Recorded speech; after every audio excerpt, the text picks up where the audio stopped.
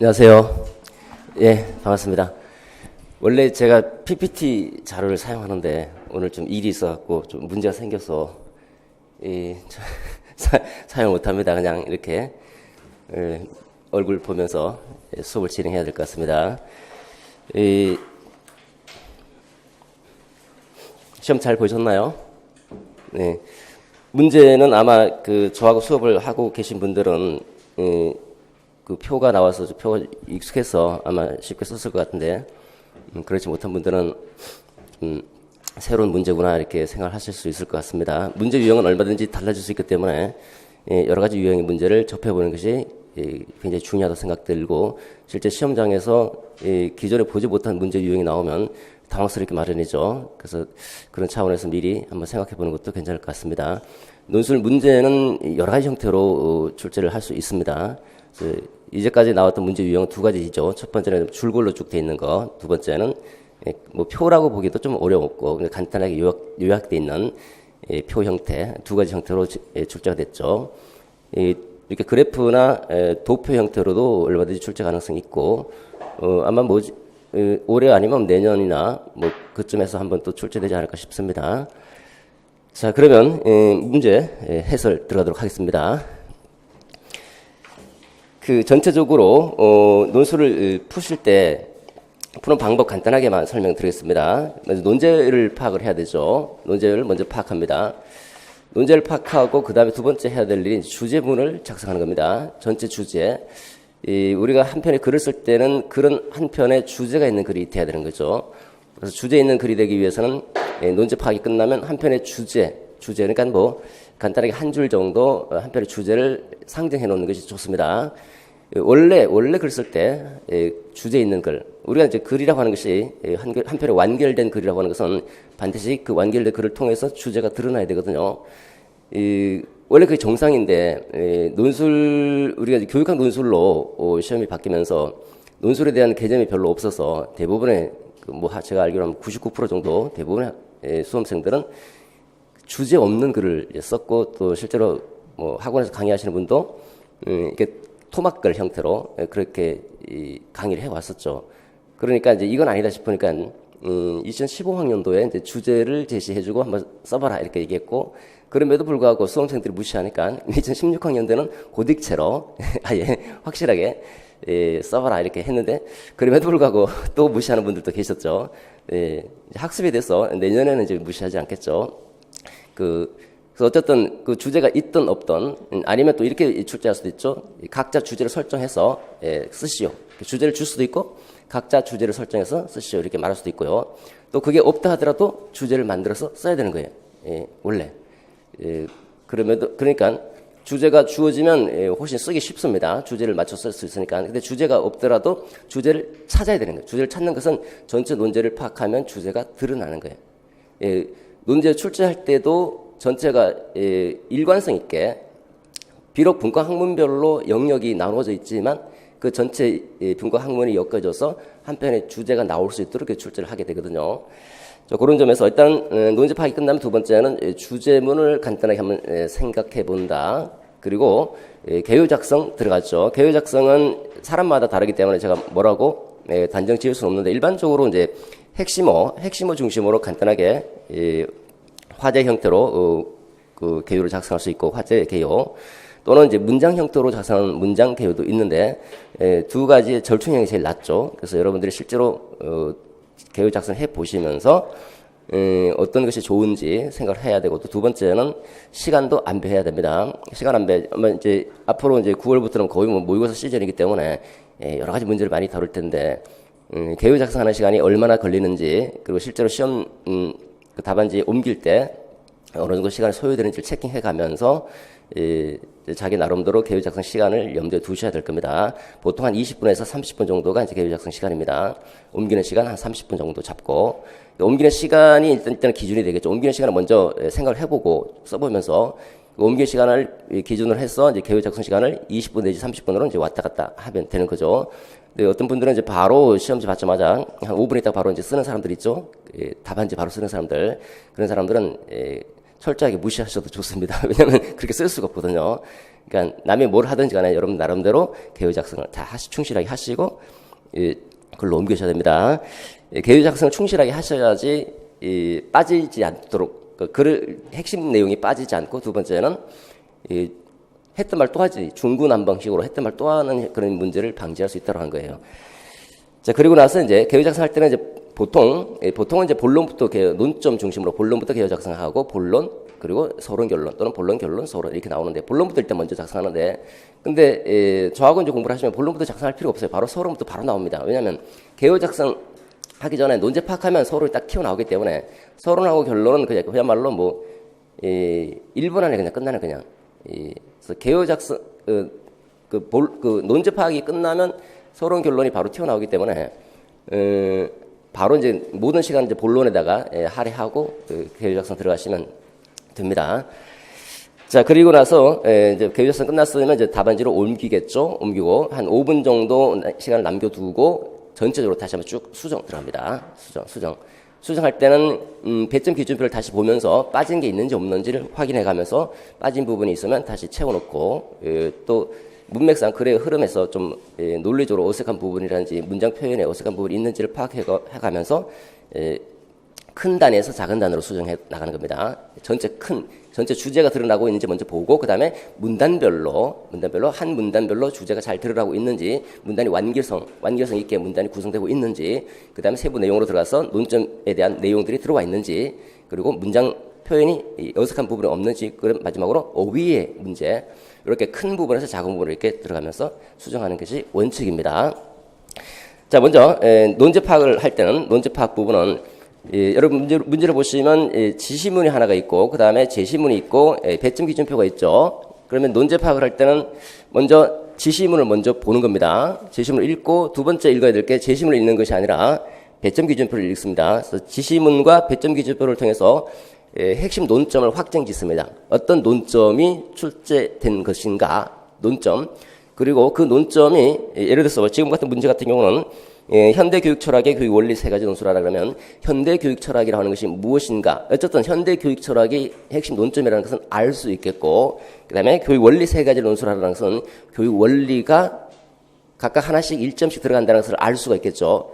그러면 제시문을 다시 읽습니다. 그래서 이렇게 해서 핵심 논점을 확정 짓고, 두 번째 할 일은 제시문을 읽으면서 제시문 속에서 그 핵심 논점의 구체적인 논점을 확정 짓습니다. 현대 교육 철학 해놓고 제시문을 읽어봤더니, 현대 교육 철학이라고 하는 것이 실존주의 교육 철학을 의미하는구나. 그러면 실존주의 교육 철학 이렇게 나와야 되는 거죠.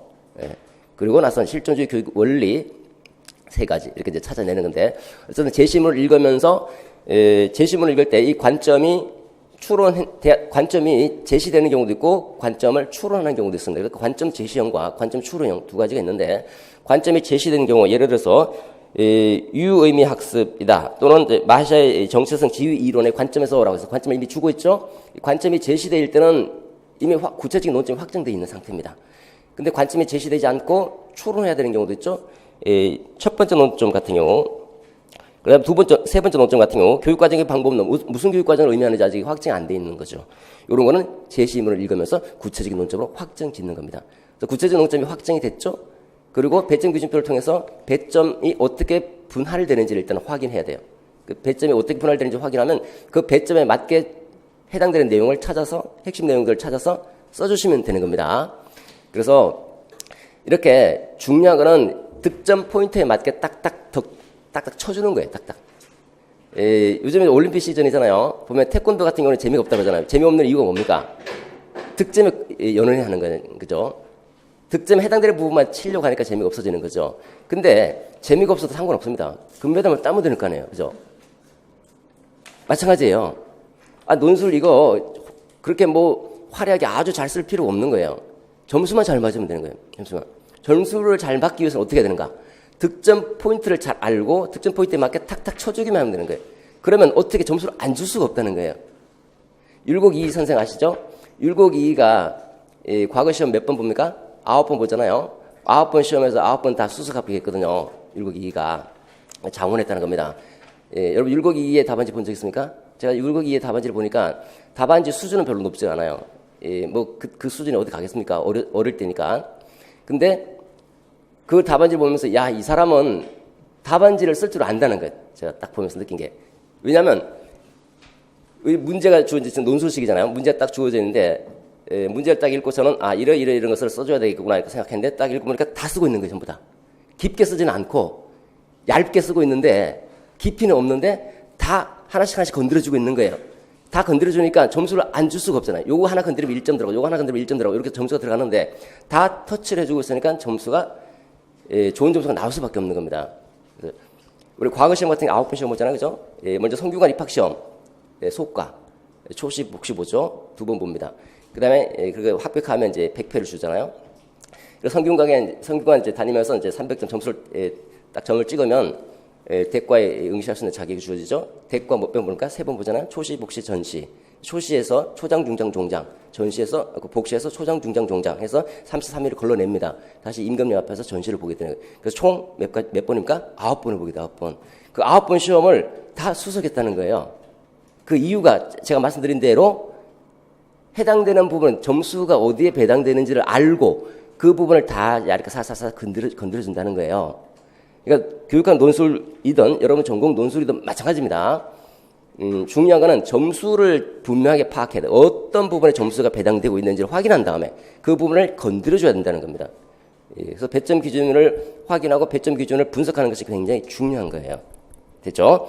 자, 그러면 하나씩 가보도록 하겠습니다. 먼저 지시문을 보도록 하겠습니다. 다음은 A 고등학교 교사 회의에서 진행한 학교장의 모두 발언 중에서 일부를 발췌한 부분이다. 발췌한 내용 읽고 예비교사 입장에서 인간주의적 교사라는 주제로 교육 철학과 학생의 정체성 발달, 교육과정 및 교수 이론에 대한 내용을 구성 요소로 하여 서론 본론 결론 형식을 갖추어 논하시오 이렇게 됐죠. 뒤에 이제 서론 본론 결론의 형식을 갖추는 거, 이거는 이제 논리적 형식과 관련되는 부분이죠. 그리고 주제가 인간주의적 교사다 이렇게 이제 제시를 해주고 있고 이 주제로 이 네 가지에 대한 내용을 구성 요소로 하여라고 하고 있잖아요. 구성 요소. 그러면 배점 기준표를 딱 보시면 꼭 각각 하나씩 이제 배점이 들어갈 것이다라는 생각을 할 수 있겠고 요 지심을 읽은 다음에 배점 기준표를 바로 읽습니다. 읽어보시면 논술의 구성 요소에서 좀 전에 지심에서 뭐라고 했습니까? 어떤 내용을 구성 요소로 하여라고 하고 있잖아요. 그죠? 그러니까 배점 기준표에 논술의 구성 요소 15점 이렇게 들어가 있잖아요. 그죠? 근데 출제에 따라서 구성 요소를 말하지 않고 내용을 이렇게 해서 논술의 내용에서 15점 이렇게 나오는 경우도 있습니다. 2015학년도까지는 그렇게 나왔어요. 2016학년도 기출 문제에서는 구성 요소로 했고 구성 요소도 뭐 내용이다. 구성 요소가 내용이 되는 거니까. 어쨌든 그 지시문에서 이것을 네 가지 내용을 구성요소로 해서 그 구성요소에 대해서 몇 점을 주고 있습니까? 15점을 주고 있다는 거죠. 보통 15점 정도 줍니다. 15점 내지는 16점 정도. 일반적으로 이제 15점을 주고 나머지 형식적 측면, 논리력과 표현력. 그래서 내용 요소가 15점이고 논리 영역과 표현 영역 이 두 가지가 5점이 배당이 되는 거예요. 논리 영역과 표현 영역. 이 논리 영역과 표현 영역을 논술의 구성 및 표현이다라는 형태로 표현하고 있고 자, 그래서 그 내용 요소, 구성 요소를 잠깐 보시면 네 가지죠. 학교장의 발언에 나타난 현대 교육 철학의 교육 원리 세 가지를 논술하시오. 이렇게 돼 있죠.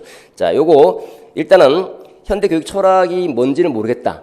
요거 관점 추론해야 되겠다. 그죠? 그러니까 현대 교육 철학이 주요 논점이라는 것은 알 수 있겠고, 구체적인 논점은, 제시문을 읽으면서 확인해야지라고 일단 생각하고, 관점 추론형이다 하고 생각하고 이제 들어가겠죠. 그 다음에 교육 원리 세 가지니까 일단 기본적으로 교육 원리를 언급하면 3점을 받는다는 것을 알 수가 있겠죠. 그죠? 그럼 나머지 1점은 뭘까요? 일단 모르겠습니다. 다음 넘어가 보도록 하죠.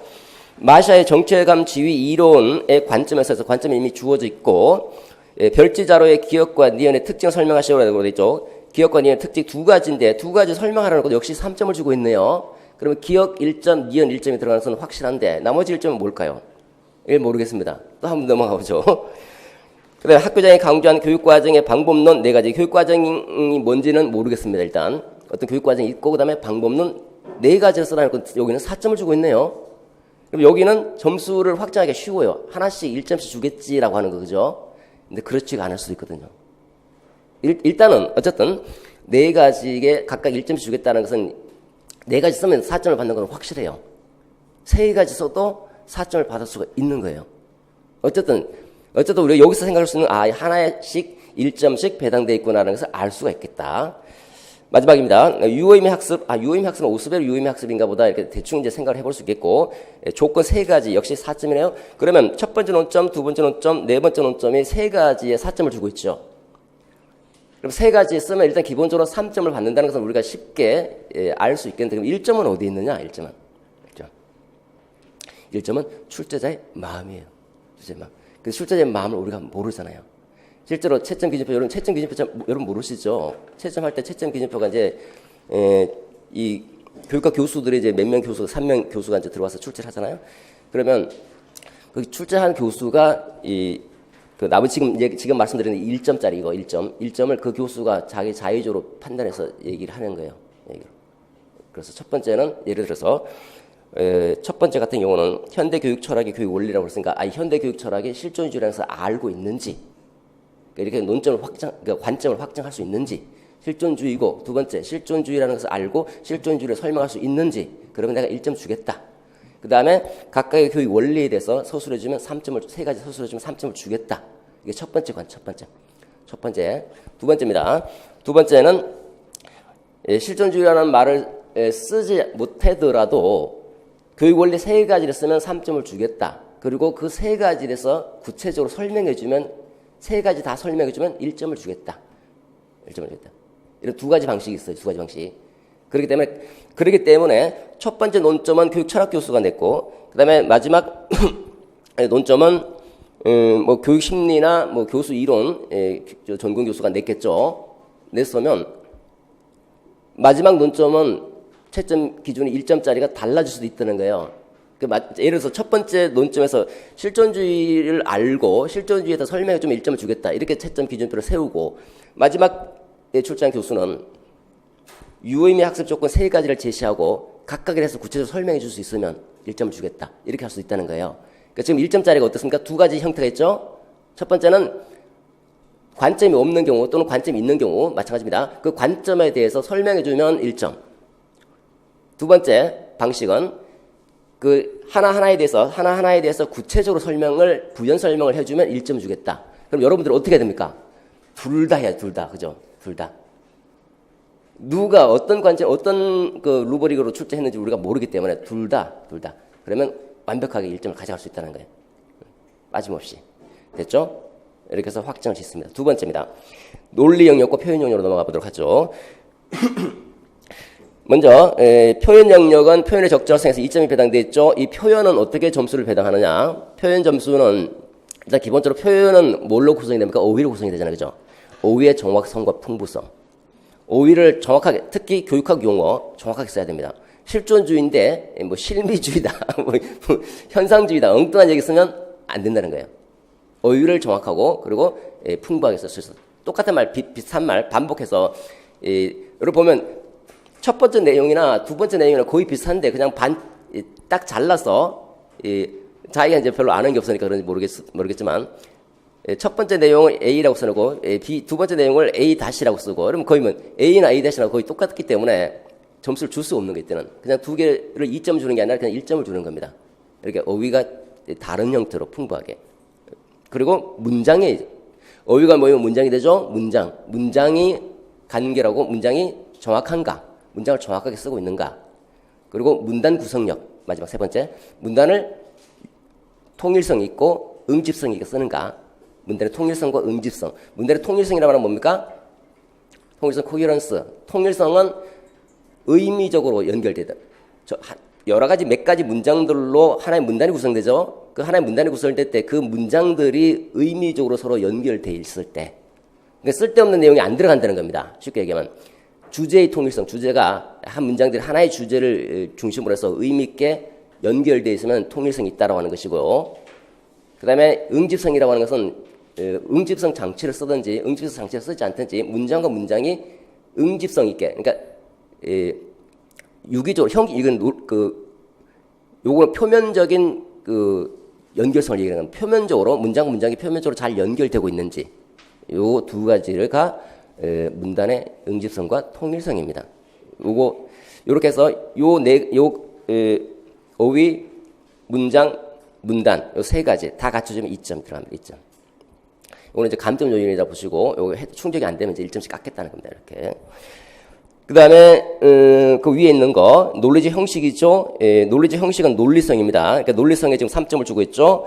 그 논리적 형식이라고 하는 것은 논술의 기본 형식이 뭡니까? 서론과 본론과 결론을 나누는 거죠. 서론, 본론, 결론.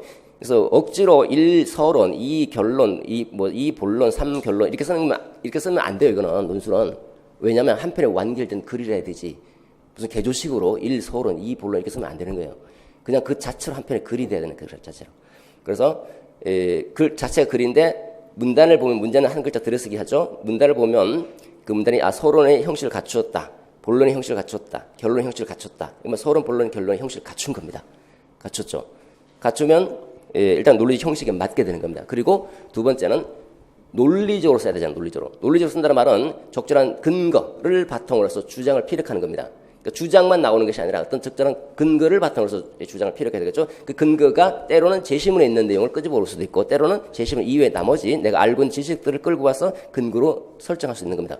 어떻든 제시문에서 끌고 오든 다른 내가 알고 있는 배경 지식을 갖고 끌고 오든 이 근거를 설정하고 주장을 끄집어내야 된다. 이렇게 하면 이제 논리적 형식을 갖춰진다라는 겁니다. 그래서 그렇게 해서 보통 논리적 형식이 2점이 들어갑니다. 그 다음에 구성 요소와 그러니까 앞에 내용과 주제와 연계해서 논리를 연계해서 논리를 풀어나가면 요거 1점 주겠다는 겁니다.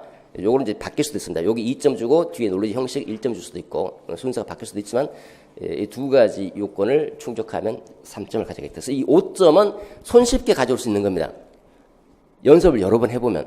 5점은 손쉽게 갖고 올 수 있는, 그러니까 잘 못하면 감점하는 요인이에요. 감점 요인인 거예요. 이것 때문에 득점하는 요인은 아니에요. 그러니까 감점 요인이기 때문에 감점은 안 당하면 되는 거예요. 경고만 안 당하면 되는 거죠. 그러니까 이거는 평상시에 연습을 많이 해서 손쉽게 가져올 수 있도록 하는 거고, 그 다음에 우리가 적극적으로 따와야 되는 것은 15점 때려서 득점 포인트에 맞춰서 따와야 되는 것은 지금 내용 구성 요소 15점이 된다는 거 아시겠죠? 자, 이렇게 해서 하나씩 들어가 보도록 하겠습니다. 그 다음에 논점 4가지가 나와 있으면 줄글로 돼 있을 때는 가능하면 그 큰 논점 중심으로 이렇게 끊어서 읽으셔야 됩니다. 끊어서 하나씩 확정 지어가면서 끊어서 이렇게 읽으면 되는데, 지금 같은 경우는 이제 총 4개 문단인데 첫 번째 문단은 그냥 뭐 도입 문단이고, 그다음에 두 번째 문단이 논점 첫 번째와 관련되고, 세 번째 문단이 두 번째와 관련되고, 마지막 문단이 세 번째 논점과 네 번째 논점과 관련되는 거죠, 그죠? 이렇게 됩니다. 자, 이렇게 해서 우리가 이렇게 생각해 보면 각각의 4가지 논점들이 전부 다 한 문단씩 구성이 되는 겁니다. 한 문단씩. 그래서 총 본론 몇 문단이야? 4문단. 그래서 한 문단이 각각 주제가 소주제가 되는 소주제. 하나의 작은 주제들이 있고, 그 작은 주제들을 구성하고 있는 게 뭡니까? 인간주의적 교사라는 작은 주제들로 응집성 있게 구성이 되고 통일성 있게 구성이 되는 것이고, 그리고 나서 이 4가지 문단을 바탕으로 해서 아까 생각했던 그 전체 주제가 나오게 되는 거죠. 전체 주제가 바로 이제 대주제가 되는 거예요. 전체 주제. 전체 주제를 아까 생각하라고 그랬잖아요. 그죠? 그 전체 주제가 결론이 되는 거예요. 결론. 요렇게 이제 써주시면 되는 거죠. 자, 하나씩 본격적으로 들어가도록 하겠습니다. 그러면 이제 제시문을 들어가도록 하죠. 배점을 기준표를 확인했고 제시문을 읽어보도록 하겠습니다. 자, 첫 번째 문단을 보시면, 오늘 회의에서 2015 개정교육과정이 추구하는 인간상 중에서 전인적 성장을 바탕으로 자아 정체성을 확립하고 자신의 진로와 삶을 개척하는 자주적인 사람에 관한 것입니다.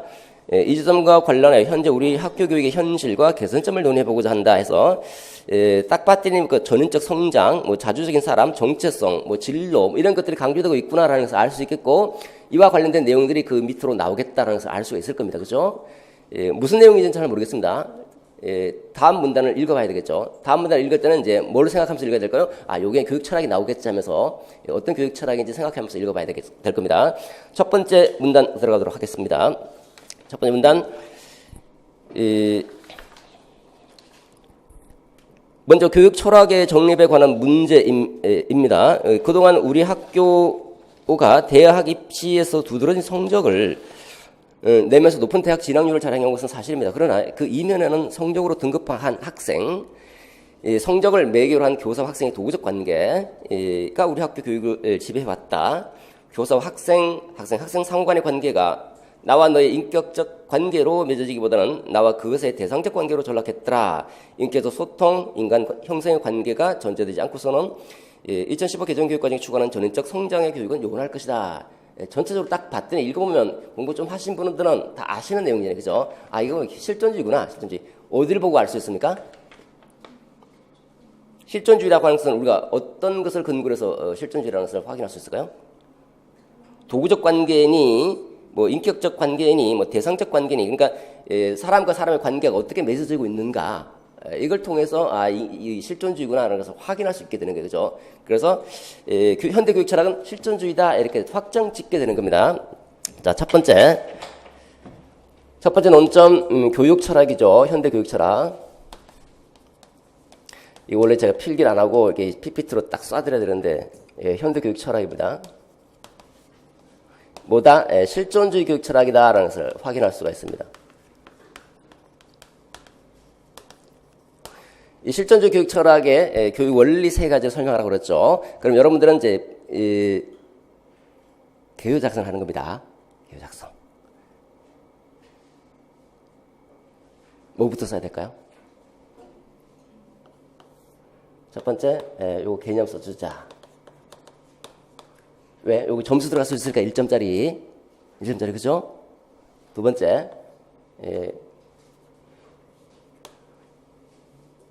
교육 원리죠? 교육 원리. 요거 3개 써야 되겠다, 3개. 자, 요렇게 하나가 확정이 됩니다. 그죠? 확정. 그러면 요거 쓰실 때도, 어떻게 써야 됩니까? 부연 설명해 주는가가 1점 들어갔을 때 그랬잖아요. 그죠? 구체적으로 설명해 주는가? 구체적으로. 논리적이고 구체적으로 설명해 주는가? 그럼 어떻게 써야 됩니까? 중심 문장과 뒷받침 문장으로 나누었어. 또는 뒷받침 문장을 한 문장으로 쓸 수 있고 두 문장으로 쓸 수 있는데 두 문장으로 쓰면 중심 문장과 뒷받침 문장으로 나누고 그 다음에 만약에 한 문장으로 쓰면 그 뒷받침 문장 조금 길게 풀어서 자세하게 설명해 주면서 중심 그 한 문장으로 끄집어내야 되는 거예요.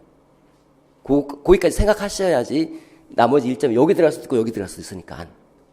그래서 1점을 가져오고 요 3가지 3점 가져오는 겁니다. 그 다음에 또 하나 생각할 게 뭡니까?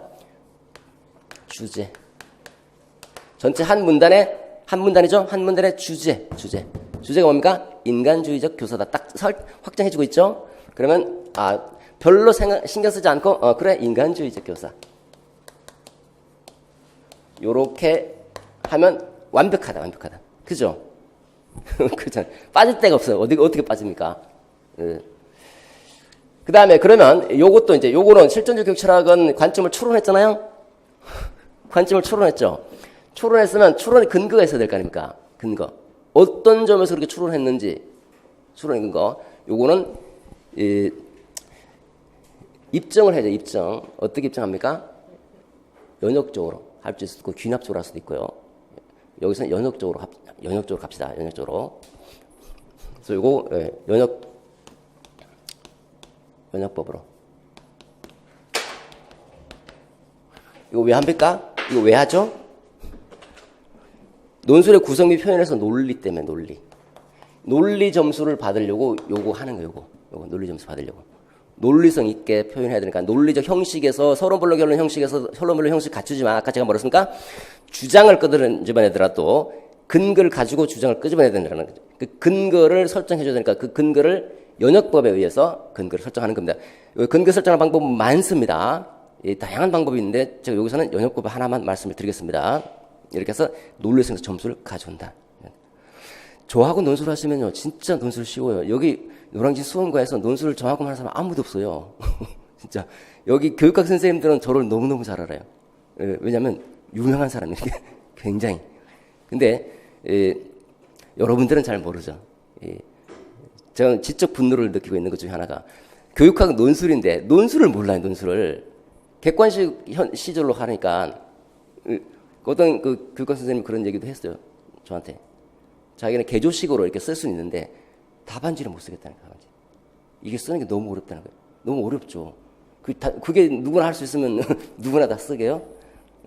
답안지 쓴다는 거는요.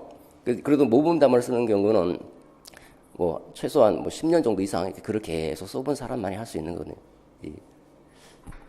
자, 이렇게 해서 딱 끝났습니다. 그죠? 나머지도 요와 같은 형태를 바탕으로 해서 쭉 찾아면 빠질 구석을 일단 안 두는 겁니다. 빠질 구석을. 점수를 다 받겠다. 근데 여러분들이 내용을 확실하게 알면 점수를 다 가져가는 겁니다. 내용을 모를 경우는 어떻게 하는가? 모를 경우는 제시문을 근거로 이렇게 제시문을 근거로 추론해내 끄집어내서 유사하게 써주시면 반드시 해당되는 내용이 아닐지라도 근접해주면 근접하게 점수를 주는 거예요. 그냥 주는 거. 키워드가 중요하지만 더 중요한 것은 이해했다는 걸 보여주는 거예요. 그 내용에 대해서 내가 이해하고 있다는 걸. 그래서 유사하게라도 끄집어내서 설명해 주려고 하면 점수를 3점짜리 3점 다 못 갖고 오더라도 2점을 갖고 올 수 있는 거예요. 그래서 가능하면 점수를 잃지 않도록 이렇게 계획적으로 접근해야 됩니다. 자, 대자 두 번째입니다. 두 번째를 가보죠. 두 번째는 마샤죠. 마샤의 정체감 지위 이론과 관련되는 거죠. 본론 제시문을 읽어보도록 하겠습니다. 제시문 세 번째 문단입니다. 과연 우리 학교가 전위적 성장의 토대 위에서 그 2015 개정교육과정이 추구하는 그 자아 정체성 확립이라고 하는 거 이거 준비가 되어 있느냐? 최근 우리 교육지원청 관내 학교에서 비행 청소년과 자살 학생이 증가하고 있어서 우리의 목소리가 높더라. 제가 들은 그 별제 자료가 바로 매일 많이 종단 분석한 연구 결과물인데 정체감 특성 중요한 자료가 될 수 있다. 요거 한번 파악해봐야 되지 않느냐라는 거죠. 그래서 별제 자료 기억과 DNA 특징 이렇게 돼 있죠. 두 번째입니다. 마샤. 에릭슨의 그 딸이죠. 딸내미인 마샤의 에릭슨이 이제 가장 관심을 기울이는 게 정체성이잖아요. 그죠? 에릭슨 삶 자체가 정체성이니까 그 자기가 정체성을 확립하면서 자기가 자기 이름을 짓잖아. 새로 짓죠? 나는 원래는 에릭 홈부르그인데 에릭 홈부르그 에릭슨. 그래서 예일대학교 교수로 옮기면서 시민권을 획득하고 그때 이름을 다시 짓습니다. 성을. 원래 에릭 홈부르그인데 에릭슨. 다시 태어났다는 거예요. 자기가 에릭의 아들로. 그만큼은 자아 정체성, 내가 누구인가에 대해서 엄청난 고민을 많이 했고 그걸 이어받은 사람이 바로 마샤. 그래서 정체성에 대해서 이 이론을 다시 확립합니다. 네 가지로. 그게 이제 이거죠. 정체감 지위 이론이다. 정체감 지위 이론에 대해서 간단하게 정체감 지위 이론에 따라서 어떻게 설명하는지 간단하게 설명해주고 두 번째는 요거 들어가야 되겠죠. 기억과 니은의 특징이니까 특징 설명이죠. 기억과 니은의 특징 설명해 주자. 됐죠. 그 다음에 또 세 번째 주제. 여기서 한 편의 소주제가 완성이 되는 겁니다. 소주제. 그 다음에 세 번째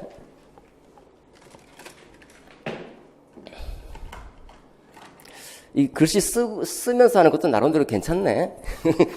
PPT로만 하다가 보니까 이게 시간상 좀 많이 이게 시간이 오래 걸려서 가능하면 쏴주면서 또 쏴주면 이제 글을 같이 이거 보면서 할 수 있으니까 이 이중부호 전략에 따라서 같이 볼 수가 있으니까 좀 좋죠.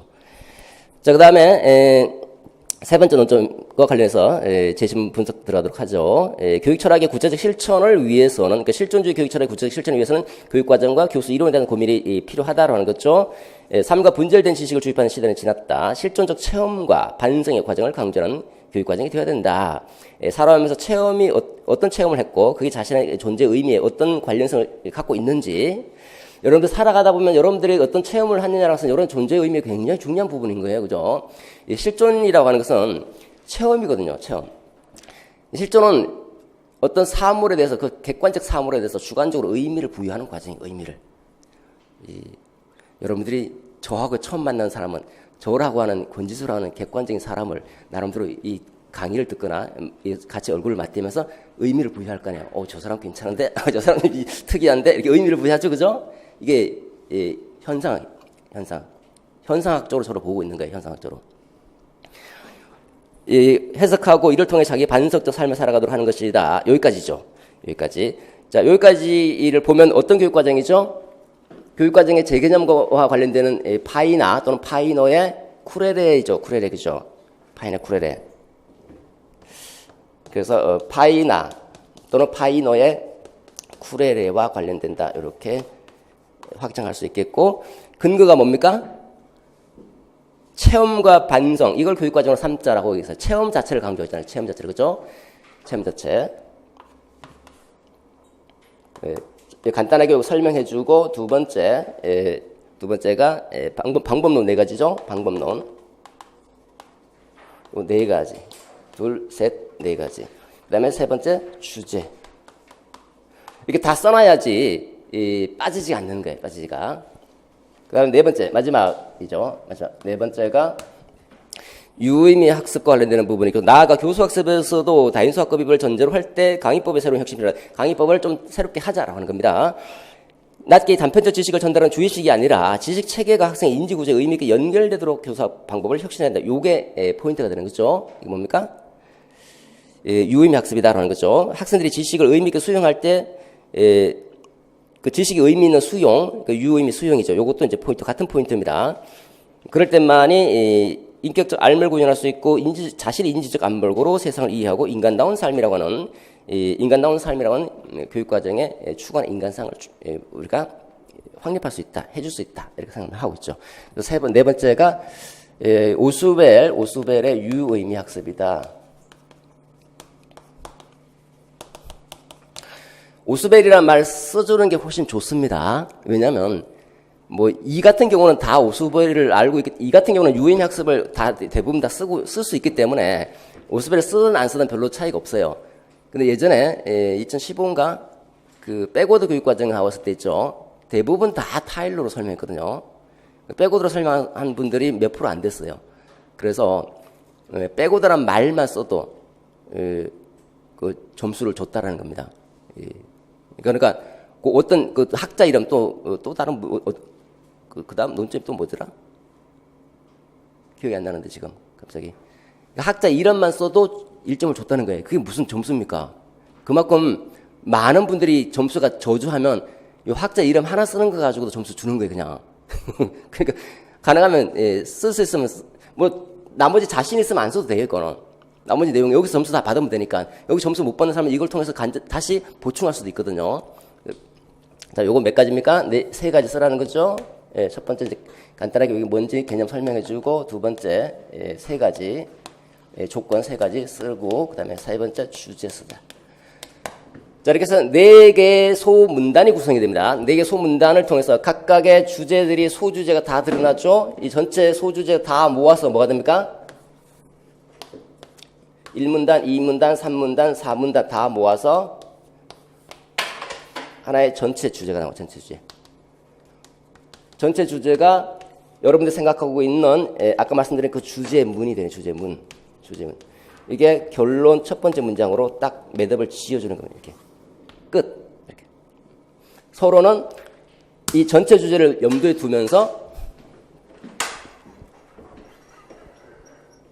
먼저 서론입니다. 서론은 서론 쓰는 방법 여러 가지가 많습니다. 대표적인 방법 딱 두 가지만 하시면 전혀 문제가 안 됩니다. 제가 오늘 한 가지 말씀드리도록 하죠. 시사 이슈로 접근할 수 있어요. 서론이라고 해서 기본적으로 주의 환기입니다. 주의를 환기해주고, 두 번째는 문제를 제기하는 거예요. 문제 제기.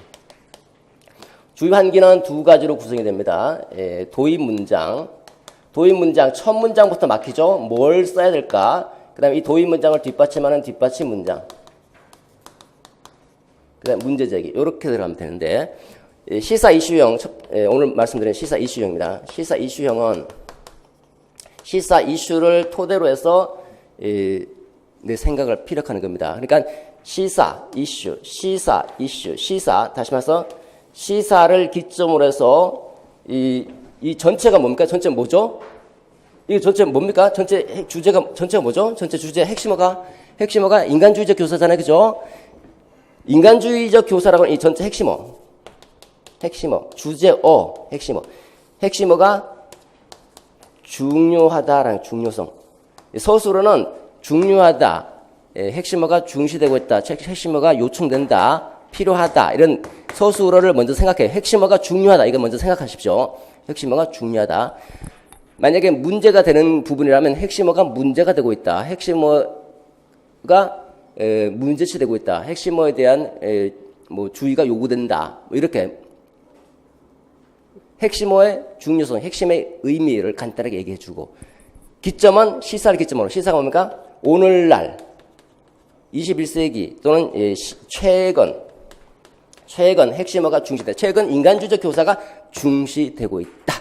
인간주의 교사를 중요시하고 있다. 그죠? 어디서? 학교에서. 학교잖아. 학교다. 고등학교.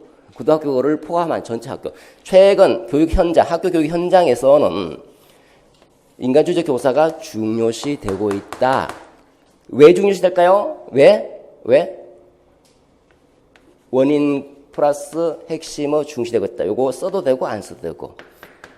새로운 교육과정이 도입됨에 따라서 2015 개정교육과정이 도입됨에 따라서 인간주의적 교사가 중요시되고 있다. 얼마나 간단합니까? 요거 안 써도 되고 그냥 인간주의적 교사를 강조하고 있다. 됐죠? 이렇게 해서 도입 문장을 뒷받침한 뒷받침 문장은 요걸 구체적으로 풀어주는 겁니다. 도입 문장, 뒷받침 문장 쓰는 방법 세 가지예요. 상술, 이유, 예시. 상술, 이유, 예시 세 개 중에 하나. 이걸 구체적으로 풀어주는 게 상술입니다. 이유를 제시하는 거. 왜 그런지. 왜냐하면 뭐뭐 때문이다. 그 다음에 예를 들어주는 거. 여기 예를 들어줄 필요는 없는 거예요. 이유 제시도 여기서 첫 번째부터 이유 제시하는 거 별로 바람직하지 않아요.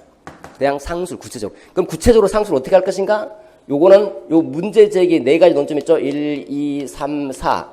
요 구체적으로 확장했습니다. 실존주의다. 그 다음에 실존적 꾸레레 교육과정이다.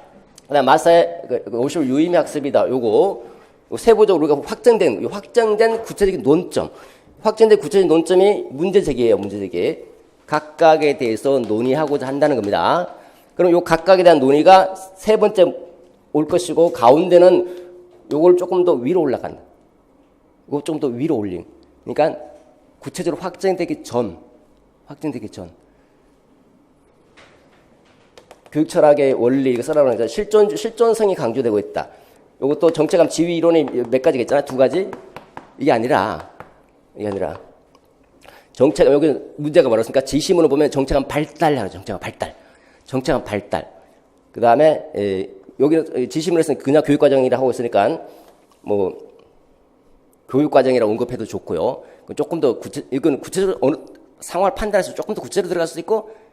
요 바로 전 단계 들어갈 수도 있고 마지막 논점은 아주 구체적으로 확 들어갑니다. 확. 자 마지막 한번 찾아볼까요? 마지막은 어떻게 써야 됩니까?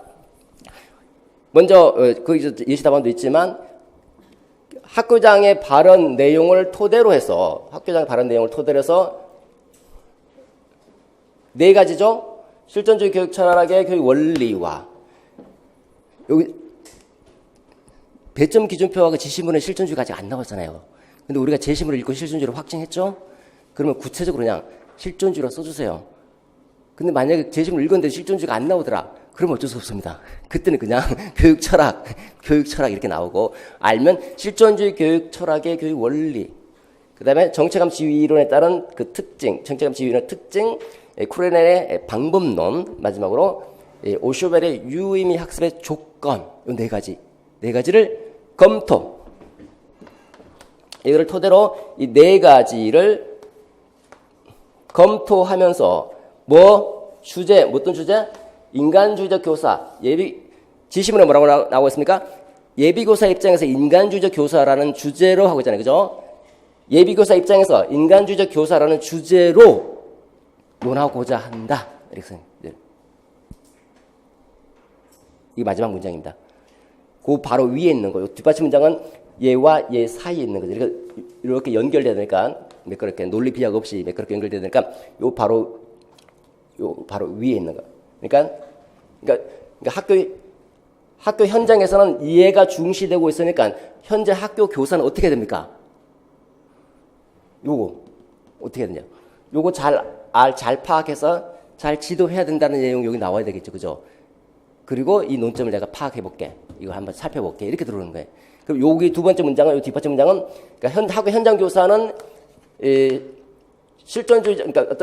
실존주의라는 말이 없으니까 바로 앞에 있으니까, 인간다운 인간을 양성하기 위한 어떤 교육 철학의 방향을 정립하고, 교육 철학의 방향을 정립하고, 그 다음에 학생의 지심을 보면 정체성 발달이잖아요. 그죠? 정체성 발달을 도우면서, 그리고 여기서는 현상적 측면이니까, 그러니까 실존적 측면이니까, 실존적 체험을 강조하는 교육 과정을 강구하고, 그리고 의미 있는 학습을 전개해야 된다. 전개할 책무성이 있다. 그렇게 써주고 그다음 마지막 구체적인 논점을 콱콱 찔러서 네 가지에 대해서 논의할게. 이렇게 대충 감 잡히죠? 자꾸 써보셔야 돼, 자꾸. 이제 예시 답안 쓴 거 한번 보세요. 뭐라고 썼는지 구체적으로 설명을 드리도록 하죠. 첫 번째 3페이지에 보시면 최근 학교 현장에서는 2015 개정교육과정의 실시를 앞두고 또는 실시를 함에 따라 뭐 앞두고 그다음에 핵심화가 중요하다는 거죠. 인간다운 삶을 영위할 수 있도록 인간주의적 교사를 강조하겠다. 됐죠? 두 번째 뒷받침 문장입니다. 현장 교사는 실존적 주체를 중시하는 실존주의 철학을 기반으로 교육의 방향을 정립하고 요거는 아까 제가 어떤 뭐 인간도 삶을 위한 교육의 철학을 정립하고 이렇게 하도 좋고 여기서는 조금 더 구체적으로 들어가 버렸네요. 그죠? 조금 더 들어갈 수도 있고 안 들어갈 수도 있고 상관없는 겁니다. 그 다음에 학생의 정체성 발달을 이해하면서 여기 두 번째 논점. 세 번째 논점은 실존적 체험과 의미 있는 실존적 체험 세 번째 논점. 의미 있는 학습 네 번째 논점. 실존적 체험과 의미 있는 학습이 가능하도록 할 책무성이 있다. 됐죠? 그죠? 그 다음에 마지막 논점 쿡쿡 찔러서 구체적으로 지적해 줍니다. 제시문의 내용을 토대로 실존주의 교육 원리 하나, 두 번째 정체성 발달, 세 번째 쿠렐의 방법론, 네 번째 유의미 학습의 조건을 검토하면서 예비교사 입장에서 지금 네가 지시문에서 얘기하고 있는 인간주의적 교사를 논하고자 한다. 그래서 전체 주제가 인간주의 교사가 될 거야. 이렇게 됐죠. 깔끔합니다. 이거 시간 진짜 얼마 안 걸려요. 지금 처음 저한테 배우시는 분들은 무슨 말이지 하고 헷갈릴 수도 있는데 몇 번 저하고 연습해 보면 이 논제 파악하는 순간 이 막 글이 막 쓰고 싶어 진짜. 진짜 그렇다니까요. 서론부터 먼저 쓰고 싶어져요. 그냥. 서론. 결론은 이 논제가 다 이 핵심 내용 다 나와야 정리를 해야 되니까 나와야 되니까 결론 첫 문장이 이미 나와 있죠. 왜냐하면 주제문이니까. 자, 그러면 주제문 한번 생각해 볼까요? 주제가 뭡니까? 인간주의적 교사가 되자라는 거예요. 그죠? 인간주의 교사, 학교 현장 교사는 어떤 교사가 되어야 된다? 인간주의적 교사가 되어야 한다. 이게 주제죠. 조금 더 구체적으로 얘기해 볼까요? 실존주의 관점에서 전체 주제가 뭡니까? 실존주의. 실존주의는 인간의 주체성, 인간의 진리성, 인간의 의미성, 뭐 그런 걸 인간의 뭐 인격성 이런 걸 강조하잖아요. 그죠? 그러니까 인격성을 얘기하든 뭐 주체성을 얘기하든 또 우리 교육과정이 인간다운 인간을 양성하는 거니까 인간다운 인간을 말하든 그러니까 교사는 인간다운 인간을 양성하기 위해서 인간주의적 교사가 되어야 된다. 또는 인간의 주체성과 인격성을 강조하기 위해서 인간주의적 교사로 거듭나야 한다. 이렇게 주제문을 만들 수 있겠죠. 그죠? 그 주제문이 뭐다? 결론은 매듭팍죠. 매듭팍. 이렇게. 전체적으로 보면 미괄식. 전체를 쭉 논의한 다음에 마지막 문장에다 탁 찍어주는 거예요. 전체적으로는 미괄식. 전체 글의 구성 미괄식입니다. 왜? 주제가 맨 뒤에 있잖아요. 맨 뒤에. 제가 지금 이 주제는 논제를 파악하면 금방 나와요. 여기 주제라고 하는 거는 여러분 마음대로 설정할 수 있어요. 주제 핵심 뭐는 인간주의 교사 이건데 그 세부적인 내용도 조금 사람마다 다 다를 수 있는 거예요. 그러니까 이건 정답이 없는 거예요. 그래서 결론 잠깐 보세요. 결론 첫 번째 문장이 뭔가? 이제 교사는 학생의 주체적 성장과 전위적 삶을 인도할 인간주의적 교사로 거듭나야 한다. 이렇게 해서 주제가 맨 마지막 있죠? 전체 미괄식으로 있습니다. 미괄식으로. 전체 그런. 그 다음에 본론 첫 번째 문단과 관련해서 보도록 하겠습니다. 실존주의 교육 철학이죠. 실존주의 교육 철학. 실존주의 교육 철학이 어떻게 나오게 됐죠? 등장 배경이. 여기는 등장 배경까지 다 쓸 여력이 없습니다. 왜냐하면 점수가 안 들어가니까. 기껏해야 1점 여기 들어갈지 여기 세부적인 내용이 들어갈지 모르겠지만 1점 받을 정도만 간단하게 써줘. 간단하게. 한두 줄 정도만 간단하게. 그죠? 그 잡다하게 엉뚱한 얘기는 쓰지 마세요. 등장 배경은 죽었다 깨도 안 나와요. 그냥 우리가 이해하기 위해서 한번 얘기를 하는 거지. 등장 배경을 쓸 일이 뭐 있겠습니까? 논술에서. 절대로 안 나오죠. 그렇지만 이제 실존주의가 왜 등장했고, 그래서 어떤 점에 포인트를 맞추고 있는가를 이해하기 위해서 이제 배경 지식으로 이제 아는 거죠. 실존주의라고 하는 것은 20세기에 등장한 교육 철학이죠. 유럽에서 1차 세계대전, 2차 세계대전을 겪으면서 유럽의 지성인들이 깜짝 놀랍니다. 아니, 어떻게 인간이 이렇게 비인간적일 수 있을까? 엄청난 살상, 인간을 죽이고 파괴하는, 어떻게 이렇게 인간이 이렇게 잔인할 수 있고 비인간적일 수 있을까? 그러니까 유럽 지성인들이 경악합니다. 명확하고, 또 후기 산업사회가 전개되잖아요. 흔히 산업사회에서 물질을 중시하고 돈을 중시하고, 그 인간을 돈으로 보는 거, 돈으로 환산할 수 있는지, 그 물질 문명과 그 풍요한 물질 문명 속에서 인간이 소외되고 도구화되고 있다라는 거. 그런 이 두 가지 관점에서 실존주의가 등장하게 된 배경이 되는 것이고, 학문적으로는 현상학과 해석학이 등에 없고, 실존주의가 등장하게 되는 겁니다. 그러니까 이제 그래서 그 실존주의라고 하는 것은 중요한 그 말 그대로입니다. 실존을 찾자, 실존. 19세기까지 이 서양의 교육사를 쭉 보면 교육사적인 측면에서 볼 때 인간이라고 하는 것이 어떻게 딱 이 본질 자체가 상징이 돼 있어요. 인간은 이성적인 존재다. 이성과 감정의 조화다. 뭐 이렇게 또는 신중심이기 때문에 신중심이기 인간은 없다. 뭐 이런 식으로 어떻게 인간의 어떤 존재 양상을 확정짓고 본질을 확정짓고 논의를 하고 있습니다. 그래서 뭐 인간은 뭐 성장하는 존재다. 인간의 성장, 감성적 존재다, 이성적 존재다 이렇게 딱 규정을 하고 있지만 실존주의는 인간의 존재를 규정하지 않아요. 규정하지 않고 인간은 자기가 자기 스스로 만들어가는 존재다 이렇게 그러니까 실존은 본질에 앞선다. 이 분필은 탄산칼슘 덩어리잖아요. CaCO3로 돼 있는데 이 탄산칼슘 덩어리인 분필은 여러분들이 분필을 만들 때 여러분 머릿속에 본질을 먼저 규정짓고 분필을 만들잖아요. 이렇게 그죠? 이 탁자도 마찬가지입니다. 근데 여러분 스스로 본질을 규정짓고 태어났습니까? 나는 교육 공무원이 될 거야. 나는 교사가 될 거야 하고 그렇게 태어난 게 아니잖아요. 그죠? 여러분들이 선택한 겁니다. 선택. 그러니까 실존에서는 중요한 거는 이 사르트르가 얘기했잖아요. 인간은 저주스러울 만큼 자유를 부여받았다. 신으로부터 저주스러울 만큼 자유를 부여받았다. 자기가 뭐든지 다 할 수 있다는 거예요. 여러분들 여기 온 것도 여러분들이 자유롭게 선택한 거고 중간에 나갈 수도 있고 선생님이 될 수도 있는 거고 저주스러울 만큼 자유를 부여받았으니까 어떻게 합니까? 거기에 대한 선택, 자기가 스스로 선택할 수 있는 거예요. 자유를 부여받았으니까 주체적인 존재예요. 자기가 주체적으로 그 다음에 주체성이 내가 주체적으로 뭔가를 선택할 수 있는 엄마가 강요도 내가 안 할 수 있는 거예요. 내가 안 하면 그만인 거예요. 그죠? 그리고 그 선택 결과에 대해서 책임을 져야지. 그죠? 책임져야지. 이게 무서운 거 아닙니까? 선택 결과에 대해서 자기 스스로가 선택했기 때문에 내가 이 임용을 선택했기 때문에 떨어지는 붙던 그 자기 책임인 거지. 그때. 이 책임이 무서운 겁니다. 그래서 에리 프로이 뭐랍니까? 자유로부터의 도피라는 책에서 이 실존적 관점에서 볼 때 너무나 많은 자유를 부여받은 현대인들이 오히려 미신, 요즘 보면 뭐 전부로 다니고 그러잖아요. 그죠? 거기에 얽매인다는 겁니다. 왜 그럴까요? 선택을 못하니까 자기가. 그래서 이사할 때도 이제 점쟁이한테 올해 시험 봐도 됩니까? 점쟁이한테. 이렇게 자유로부터 도피. 이 남자 만나도 될까요? 뭐 이런 거죠. 정치인들도 그러잖아요. 그죠? 그만큼 선택에 대한 불안이 있죠. 책임을 져야 하는 불안. 이게 실존주의적 관점입니다.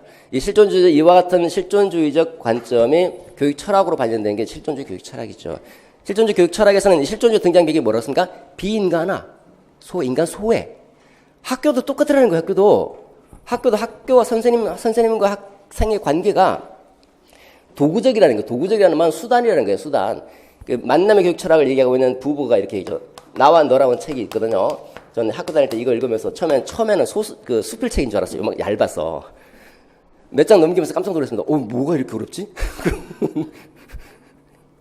그러면 나라고 하는 존재가 뭡니까? 인격이야.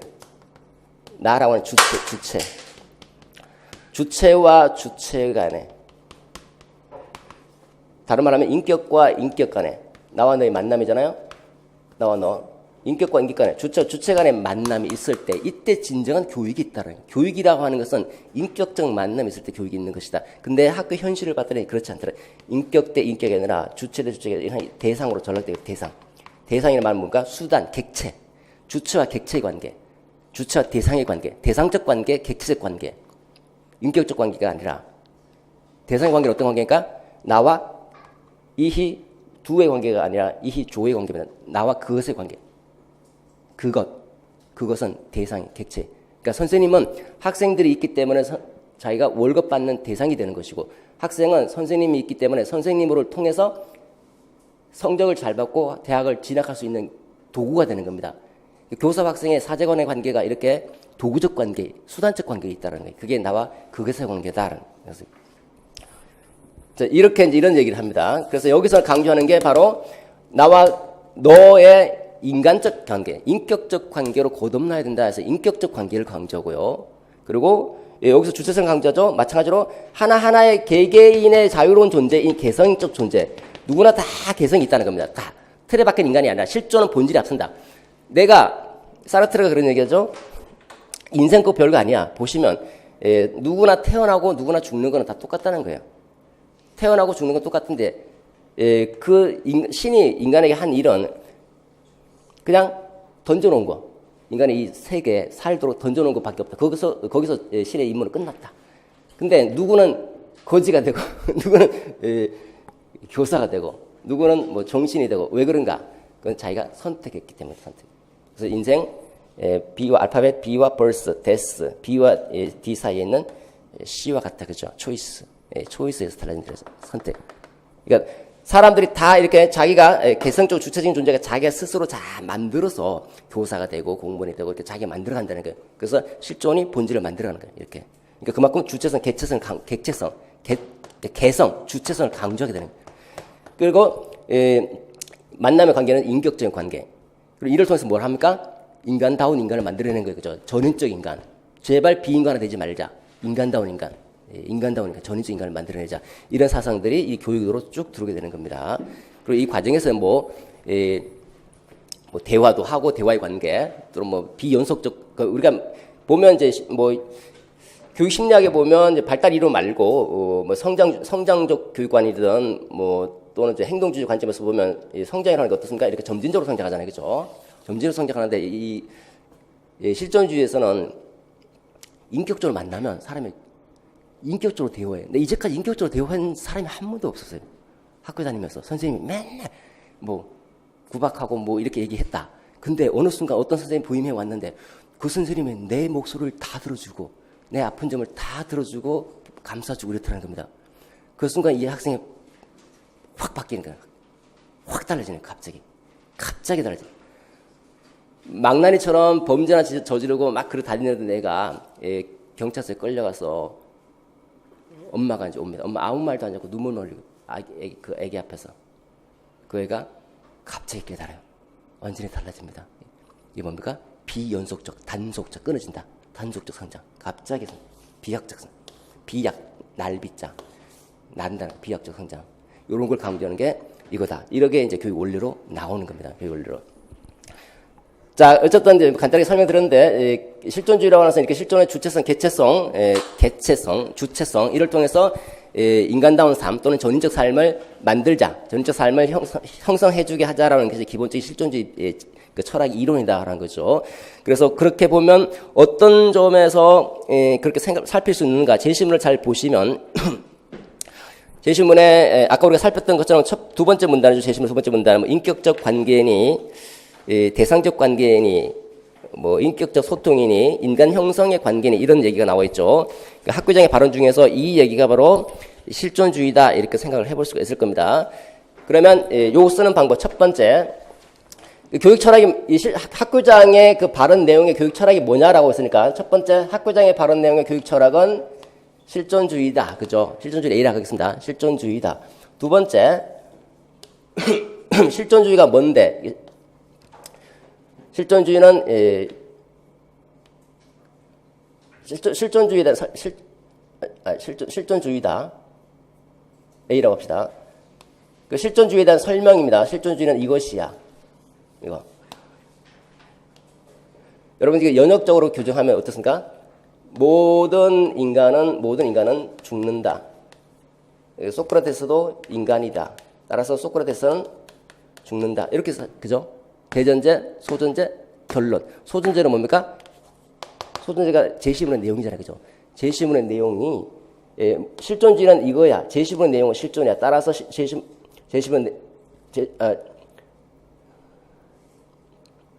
이 일반 명제입니다. 일반 명제. 그 다음에 요게 포수비대는 소전제. 그 다음에 이걸 통해서 결론을 도출하죠. 그럼 실존주의는 이것이야. 제시문 내용은 이것 중에서 이런 것들과 관련이 돼. 따라서 제시문 내용은 이 실존주의에 해당이 되는 거예요. 이렇게 뽑아내는 겁니다. 그러니까 제시문은 실존주의다. 실존주의에 대한 설명 쭉 해놓고 그 다음에 두 번째 학교장의 발언 내용. 발언 내용 이렇게 말했지. 세 번째 따라서 학교장 발언 내용은 실존주의야. 이렇게 돼요. 그죠? 되죠? 요 두 개는 끊어 쓸 수도 있고 같이 붙여서 한 문장을 쓸 수도 있는 겁니다. 여기서는 한 문장을 썼어요. 한번 볼까요? 자, 학교장의 발언에 나타나는 현대교육 철학은 실존주의 교육 철학이다. 실존주의 교육 철학은 인간을 자유의지를 지닌 주체적 존재로 규정하고 전인적 성장을 위한 인격적 만남을 강조한다. 요거는 뭐 자유롭게 쓰시면 됩니다. 아는 대로 그냥 실존주의를 알고 있다는 정도만 이제 보여주면 되니까. 요게 대전제죠. 그 다음에 소존재와 결론을 같이 묶었습니다. 이런 점에서 학교장이 나와 너의 인격적 관계를 강조한 발언. 학교장이 나와 너의 인격적 관계를 강조했어. 요게 소존재예요. 따라서 학교장의 발언은 실존주의 교육 철학이다. 이게 결론입니다. 연역적으로. 여기 둘이 묶어서 그 발언은 실존주의 교육 철학에 일치한다. 실존주의 교육 철학과 같다. 이렇게 결론 도출했죠.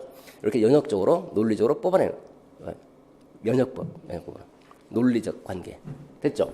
그 다음에 교육 원리를 제시해야 되죠. 교육 원리를 제시하면 다음과 같다. 첫째, 둘째, 셋째. 좀 전에 말씀드렸던 그 내용을 여기다 써주시면 됩니다. 구체적으로 설명 안 드리겠습니다. 여러분 답지 보면 나오니까. 그래서 보면 거기 어떻게 채점할지 모르기 때문에 중심 문장 써주고 뒷받침 문장 풀어주는 거. 중심 문장 쓰고 뒷받침 문장 쓰고 이렇게 하나씩 세 가지.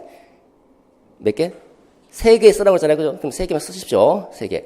그 다음에 마지막 밑에서 둘째 줄 보시면 이러한 견지에서 볼 때 주제 끄집어냅니다. 그러면 인간주의적 교사는 어떻게 해야 되는가? 어떤 사람이 인간주의적 교사라고 볼 수 있는가? 인간주의적 교사를 주어로 설정할 수도 있고 주제에 얘를 수로로 설정할 수도 있는 겁니다. 이러이러하는 인간주의적 교사가 되어야 한다 이렇게 되고 인간주의적 교사는 이러이러해야 한다 이렇게 해도 되는 겁니다. 여기서 주어로 설정했죠. 인간주의적 교사는 학생을 성적으로 등급하는 사람이 아니라 그 제시문에 있는 것처럼 성적으로 등급하는 사람이 아니라 학생 각자의 실존에 알맞은 적절한 만남을 예배하고 전인적 성장을 형성하는 사람이어야 한다. 이거는 사람마다 다 다를 수가 있는 거예요. 요거를 근거로 해볼 때 나는 요런 주장을 말할 수 있어. 뭐죠?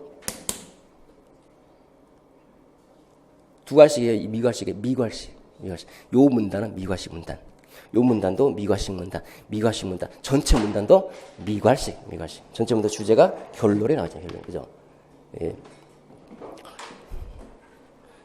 자, 그래서 주제를 뒤에다 받쳐주는 거예요. 주제를 맨 앞에 받쳐줄 수도 있어요. 두 갈식으로. 근데 좀 어색해요. 이렇게 하면.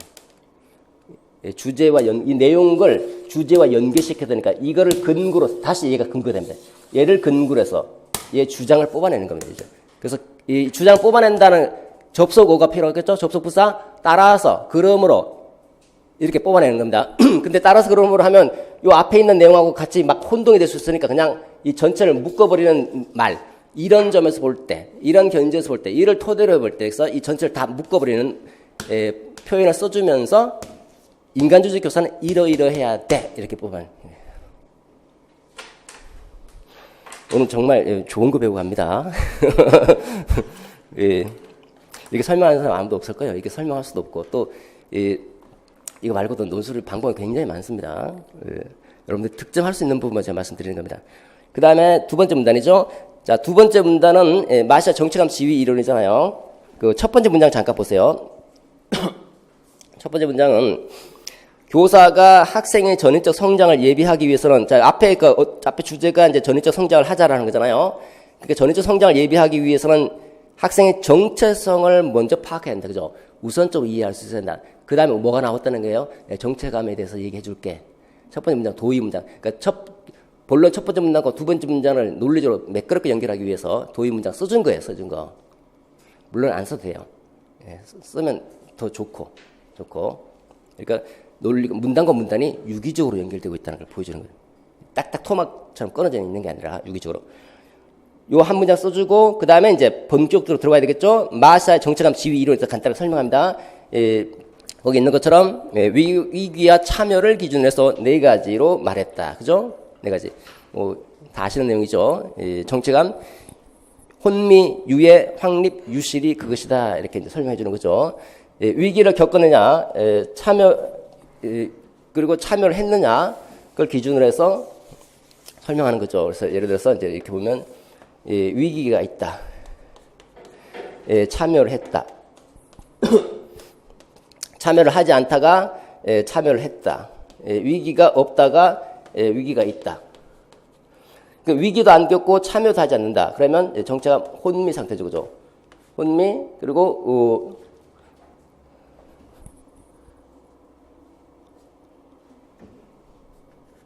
정체가 위기 상황은 있는데 참여를 하지 않으면 정체가 유예 상태.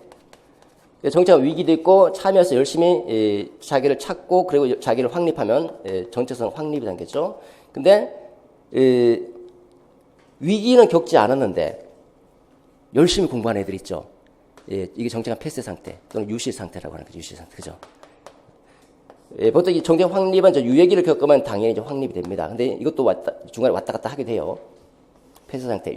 여기서 이제 지시문에 나와 있는 그 도표를 보면 도표에서 종단적으로 분석한 거죠. 보시면 이제 청소년 초기 단계는 맨 꼭대기가 지위 그 비율이 맨 위에 있는 거, 그게 제일 높은 게 뭡니까? 혼미 상태. 아니 초등학생, 중학생 단계죠. 얘네들이 뭘 합니까? 얘네들이 나는 누구인지 알고 있고 내가 어떤 사람이 되어야 되는지 알고 있으면 진짜 희한한 나이죠, 그죠? 혼미 상태에 있는 대부분 청소년들, 그다음 비행 청소년들이 그렇죠, 그죠? 그렇기 때문에 방향감도 없고 목표도 없고 자기 멋대로 행동하려고 하는 거죠. 그게 첫 번째지. 그러다가 이게 이제 쭉 떨어지죠. 24세 보시면 이제 청소년 약간 청소년 후기라고 하기 좀 그런 거. 한 20세 이상, 20세가 넘어가면 이제 이 혼미 상태가 떨어지고 뭐가 올라갑니까? 아니 대학생 정도 됐으면 정체가 확립이 돼야 되잖아요. 그죠? 대학생이 됐는데 정체가 확립이 안 됐으면 곤란하죠. 내가 어떤 사람인지 알고 내가 뭐가 돼야 되는지, 선생님이 돼야 되는지, 내가 이제 교사가 돼야지, 사범대학 가서 열심히 해서 선생님이 해야지, 대부분 정체가 확립하죠, 그죠? 확립. 그 다음에 12세 두 번째 거 보시면 두 번째가 이제 니언이죠. 니언. 요 니언은 24세 정도 되면 확 떨어지는데 요게 니언이 뭡니까? 이게 폐쇄 상태, 유실 상태, 그죠? 유실. 정체감 유실 상태다, 유실 상태. 근데 보면 아니 정체감을 형성하지 않은 애들, 그러니까 혼미 상태에 있는 애들 제일 많아요. 그러니까 자기가 누구인지도 잘 모르고 진지하게 찾으려고 하지 고민도 하지 않고 참여도 하지 않고. 근데 대부분의 학생들은 많은 학생들 한 중간 이상 학생들은 열심히 공부를 해요. 여러분 학교 다닐 때 중학생, 고등학생들 열심히 공부하잖아요. 하는데 열심히 뭔가를 참여해요. 하는데 자기 정체성 확립이 돼서 걔네들이 안 돼 있어요. 부모가 열심히 하라니까 하는 거잖아요, 그죠? 부모의 남의 정체성감을 빌려서 너는 의사가 돼야지. 너는 우리 집안이 교사 집안이니까 교사가 돼야 돼. 이렇게 마치 볼라우의 그 사회학적 그 이론에 따라서 직업 선택을 하도록 이렇게 너는 교사가 돼야 돼. 우리는 교사 집안이니까 의사가 돼야 돼. 그래서 나름대로 열심히 하는 겁니다. 그 대부분의 학생들이 한 중간 정도. 그게 바로 중간층에 있는 그죠? 그러다가 얘네도 나중에 이제 깨닫죠? 자기 스스로 정체감을 확립을 합니다. 그래서 니언은 유실, 패스 상태다. 그래서 각각 설명해 주면 됩니다. 구체적인 설명은 말씀 안 드리겠습니다. 교육학에서 공부를 하셨을 거라고 생각이 들고. 자, 그래서 각각을 설명해 주고, 그 다음에 여기서 이제 교장이 문제시하고 있는 비행 청소년과 이제 자살의 문제는, 비행 청소년은 이제 여기 단계죠. 그죠? 혼미 단계. 그 다음에 이제 자살 애들은 이제 모범 학생들, 자기가 나름대로 남의 정체감을 빌려 썼기 때문에 정체감이 없는 상태니까 그 목표를 달성하지 않을 때 자살로 간다, 자살로. 그래서 모범 학생들이 자살하는 이유가, 이거다. 자살을 설명하는 이론들은 많습니다. 아누미 현상으로 설명할 수도, 아누미적 자살도 있고요. 이와 같은 경우는 이제 정체감 패스 상태로 인해서 목표를 달성하지 못했을 때 발생한다. 자, 그 다음에, 세 번째 논점이죠. 요거 이제 쿠렐의 이제 방법론입니다. 시간이 좀 많이 지연됐네. 좀 많이 설명을 좀 드리려고 하다 보니까 시간이 좀 많이 지연됐습니다. 좀 빨리 나가도록 하겠습니다. 파이나죠, 그죠? 파이나. 그래서 다시 이제 해설지 잠깐 봅시다. 모분 답을 잠깐 보시면, 첫 번째 문장은 아까 설명드렸죠. 도입 문장 간단히 써주시고, 두 번째 문장이 이제 위기가 참여를 기준으로 네 가지 유형을 분류했다 해서 별지 기억과 니은은 정책은 혼미와 정책은 유실에 해당된다라고 하는 거. 이렇게 요 말 해주면 일단 1점씩, 1점씩, 2점 들어가고. 2점. 그 다음에 거기에 대해서 각각 설명해주면 1점에서 3점이 들어간다는 거예요. 아시겠죠? 그렇죠? 그 다음에 마지막 이를 토대로 볼 때 인간 주제 교사는 현재 학생의 정체성 상태를 파악하고 학생 스스로 자신의 정체성을 확립하면서 진로와 삶을 개척할 수 있도록 안내하는 교사를 한다. 굳이 뭐 진로 삶까지 말할 필요가 있나요? 말할 필요도 있기. 그래서 왜 요거는 그냥 뭐 일부러 그 제시문에 나와 있으니까 그 따온 겁니다. 물론 제가 만들었지만 자기가 북치고 장구치고 다 하고 있는 거죠. 여기 인간주적 교사는 어떤 교사를 한다는 것은 여러분 마음대로 쓰셔도 상관없습니다. 일단 쓰기만 하면 점수가 들어간다. 쓰기만 하면. 그 다음 문단이죠. 이제 그 다음 문단은 학교장의 실존주의 교육 철학이 교육과정으로 구현되려면 현재 교육과정은 교육과정 어원이 쿠레를 복귀해야 한다. 쿠레레니 뭐 커리큘럼이 어원 여러분 다 아시죠? 그 파일에 따르면 교육과정이란 이런 실존적 각성으로부터 시작되고 실존적 체험과 반성 그리고 개인의 인생 향로에 대한 해석이 된다. 그러니까 교육과정 자체가 말이 이제 달리면서 그 코스를 달리면서 나름대로 여러 가지 경험을 하고 그 경험에 대해서 자기 스스로 의미를 부여하는 거예요. 의미를. 여러분 교육이라 하는 게 이 객관주의적 관점에서 볼 때는 단편적인 그 이성에 의해서 발견된 그 지식을 이렇게 제가 전달하는 거예요. 체계적으로 조직해서 전달하면 제가 알고 있는 그 지식 A는 A다. 학생들도 그대로 A는 A라고 받아들이는 거예요. 근데 제가 A라고 설명하면 여러분들 A라고 받아들이냐? 아니거든요. 왜냐하면 여러분들이 새롭게 다시 의미를 부여해서 받아들이는 거예요. 우리가 정보 처리 이론을 보더라도 주의를 기울입니다. 주의 집중하고 지각하죠. 지각이라는 말이 뭡니까? 지각한다는 것이 그 의미를 부여하는 과정이거든요. 의미를. 남자가 지나가는데 그래서 그런데 뭐 남자가 지나가더라. 그럼 남자다 그러면 지각이 아니에요. 그 객관적 대상이지. 근데 오 멋있는데 하면 그게 이제 지각인 거예요. 지각. 의미를 부여하는 거예요. 여러분 학교 다닐 때 그 생각나면 학교에 대한 의미가 다 다르죠. 그 사람들마다. 학교는 놀러 가는 데야. 중간중간에 몰래 밥 먹는 거야. 뭐 그렇게 의미를 부여하시고 열심히 공부하는 데야. 이렇게 부의문을 부여하시죠. 어떻게 학교라는 교육적 공간을 어떻게 의미를 부여하느냐에 따라서 그 삶이 달라지는 거예요. 학생들의 삶이. 그러니까 실존주의라고 하는 것은 하나하나의 그 배우는 내용들에 대해서 아이들이 어떻게 의미를 부여하느냐가 중요하다는 거예요. 의미를. 그래서 그 의미를 부여하고 그것을 다시 자신의 삶을 반성해보면서 성장해 나가도록 하는 게 이 쿠렐의 방법, 쿠렐의 그 관점의 교육과정이거든요. 실존주의적 관점입니다. 역시 마찬가지로. 자, 그래서 요 쿠렐의 방법론, 설명해 주시면 되겠죠. 하나씩. 회전 분종해서 회기, 전진, 분석, 종합해서 이제 과거로 갔다가, 그 다음에 미래로 갔다가, 그 다음에 세계, 과거, 현재 놓고 복잡한 관계를 분석하고, 그 다음에 현재, 다시 현재로 돌아와서 현재 의미를 되살리는 거. 의미. 자신의 과거 경험에서부터 시작해서 미래에 어떤 일들이 벌어질지를 생각해보고, 과거, 현재, 미래, 이 종단적으로, 수직적으로, 시간적으로 다 어떻게 연계되고 있는지를 다 보는 겁니다. 자신의 경험들이. 과거 경험, 그럼 현재 지금 하고 있는 그 경험들, 다 나에게 어떤 의미가 있는지, 종합할 때는 이제 자기 현재 의미로 돌아와요. 현재 어떤 의미가 있는지. 그렇게. 하나씩, 회기, 분석, 종합, 회전, 분종, 분석, 종합으로 설명해 주시면 됩니다. 그 다음에 4페이지에, 마찬가지로, 셋째 줄 보십시오. 상단에. 이 같은 쿠렐의 방법론에 비춰볼 때 인간주적 교사는 학생이 암따로 삶따로 진행하는 무의미한 교육을 추구할 것이 아니라 학생 생동적 개인의 경험을 회복하고 경험에 갖는 실존적 의미, 경험에 어떤 의미를 갖고 있는 건지 이해하도록 함으로써 실존적 해방, 이게 이제 그 파인의 목적이잖아요. 그죠? 실존적 해방을 실현할 수 있는 교사를 한다. 이렇게 써주시면 돼요. 요 비슷한 말, 언급해 주시면 되겠죠. 마지막입니다. 학교장이 강조한 것처럼 학생들이 지식을 의미있게 수용하려면 오슈벨의 유의미 수용학습이 요구된다. 유의미 수용학습이란 쩌저직 설명해주고 조건을 제시하면 다음과 같다. 세 가지, 첫째, 둘째, 셋째 이렇게 그죠? 어차피 이 몇 가지 서술하셔, 세 가지 서술하셔, 네 가지 서술하셔 이 말은 이 말이 없을 때는 병렬식으로 취할 필요가 없어요. 열거 구조. 이거 우리 글에 짜임이 많습니다. 글을 쓰는 짜임이 열거 짜임이 있고 시간 짜임이 있고 시간 공간 짜임이 있고 인과관계 짜임이 있고 문제개시 짜임이 있고 글을 짜는 틀 글의 짜임이 굉장히 많습니다. 근데 이렇게 두 가지 서술, 세 가지 서술하는 것은 열거잖아요. 열거 구조. 열거 구조로 돼 있죠. 열거 짜임입니다. 열거 짜임에서는 중요한 건 어쨌든 열거해주니까 표지어가 중요해. 표지어가 첫째, 둘째, 셋째 딱딱 찍어줘야 되네. 딱딱. 열거짜임에서 열거짜임의 그런 표지어로 표지어 여러분 표지판 있잖아요. 표지어를 첫째, 둘째, 셋째 우선 다음으로 마지막으로 이런 식으로 탁탁 찍어줘야 되네. 탁탁. 세 가지. 오슈벨은 이제 설명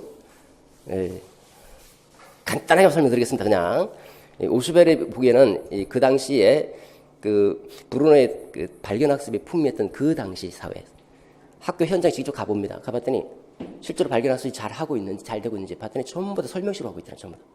아이들 스스로 발견해서 지식의 구조, 핵심 개념, 아이디어를 발견해야 되는데 그렇게 하자고 교육과정, 학무진 교육과정이 만들어졌고 실제 현장에서 그렇게 해야 되는데 안 하더라는 겁니다. 어떻게? 제가 말씀드리면 이렇게 설명하는데 중요한 건 옛날 교과 중심 교육과정하고 별로 달라질 게 없더라는 거예요. 교과 중심에서 문제가 뭡니까? 지식을 전달하잖아요. 그죠?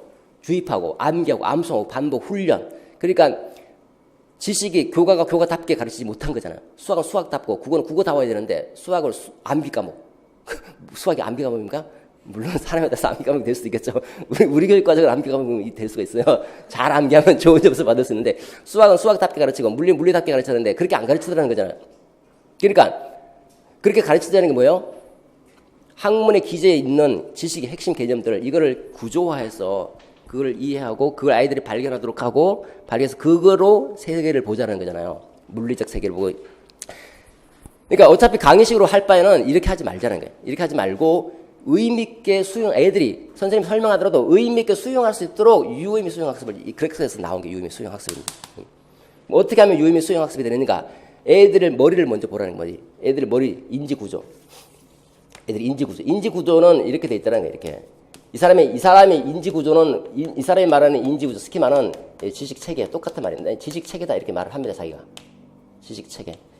지식이 어떻게 체계적으로 되어 있는가. 인지구조가 복잡한 애들도 있고 좀 덜 복잡한 애들도 있습니다. 그 다음에 교과는 브루너가 뭐랬어요? 교과는 구조화 되어 있잖아요. 그죠? 물리의 개념이면 물리가 여러 가지 개념들로 이렇게 구조화 되어 있잖아요. 그죠? 지식의 구조잖아요. 지식의 구조가 뭡니까? 핵심 개념들을 구조랑 해서 논리적으로 연결한 거. 핵심 구조면 논리적으로 연결되어 있는 거. 이게 지식의 구조잖아요. 이렇게 구조가 되어 있는 거. 요거다 갖다 붙이면 되는 거예요. 이렇게. 붙이면 되니까 요거가 뭐예요? 인지구조잖아요. 인지구조. 그 다음에 지식을 어떻게 하라? 이렇게 구조화하라. 구조화할 수 있는 대표적인 방법이 브루너가 얘기했던 지식의 개념, 아이디어. 개념 아이디어를 가르치라는 거예요.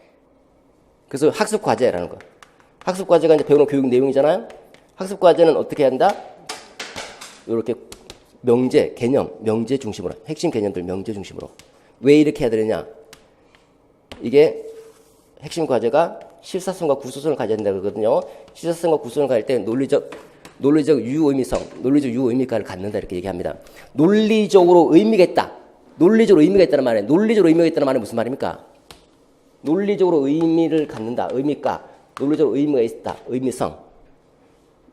meaningfulness. 논리잖아, 논리. 논리가 뭡니까? 개념이잖아, 개념. 개념적 논리적 관계. 여러분 교육의 내재적 목적, 외재적 목적 할 때 내재, 외재 이게 무슨 말입니까? 외재적 목적이 교육의 목적이 안에 있다는 거죠. 교육 목적 밖에 있다는 거잖아요. 그 무엇과 무엇의 관계입니까? 교육의 개념과 교육 활동이라는 교육의 개념과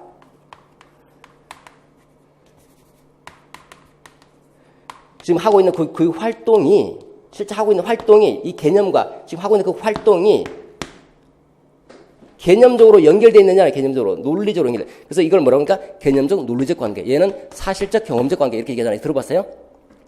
뭐 처음 듣는 것은 개념 그 활동 교육 활동 그 자체. 내가 하고 있는 그 활동을 보면 예를 들어서 내가 인간이 돼야지. 인간이 돼야지. 그리고 또 선생님이 돼야지. 교사가 돼야지.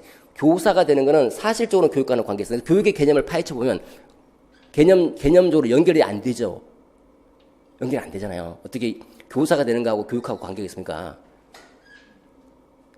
경제 성장, 경제 발전, 국가 발전. 이거 교육의 개념과는 관계가 없어요. 논리적으로. 그러니까 개념적으로 관계가 없어요. 개념적으로 관계 없다는 건 다른 말로 하면 논리적으로 관계. 논리가 무슨 말이에요?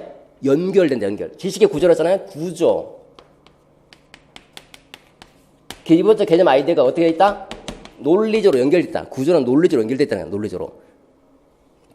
개념적으로, 이 개념적으로 이렇게 연결됐다는 겁니다. 논리적으로 연결됐다, 개념적으로 연결됐다. 똑같은 말이에요. 그래서 논리적이고 개념적 관계가 있는 것이고, 이거는 사실적으로는 관계 있어요. 사실적으로. 경험적으로는 관계 있는 거예요. 사실적으로. 사실적으로 교사가 되잖아요. 그죠? 우리가 배워서. 경험상으로 보면 공부해서 교사가 되기도 하고 국가 발전에 도움이 되기도 하죠. 사실적으로, 경험적으로 관계가 있어요. 사실적, 경험적 관련이 있지만 논리적이고 개념적 관계는 없다는 거예요. 무슨 얘기 하다 그러겠지? 어쨌든 이제 학습 과제를 이렇게 실사성과 논리성, 실사성과 구성을 가지면 설명 안 드리겠습니다. 논리적 유의미성을 갖는다 이렇게 얘기하는 거예요. 그리고 과제 됐죠? 좀 복잡한데, 자 머릿속에 지금 이렇게 딱 돼 있더라. 인지 구조가 지식 체계가 있다.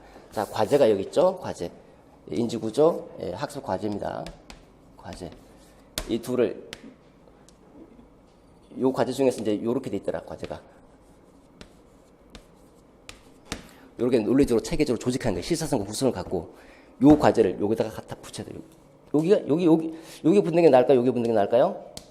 여기 붙는 게 맞다고 생각해 봅시다. 여기 딱 갖다가 포섭시키겠다.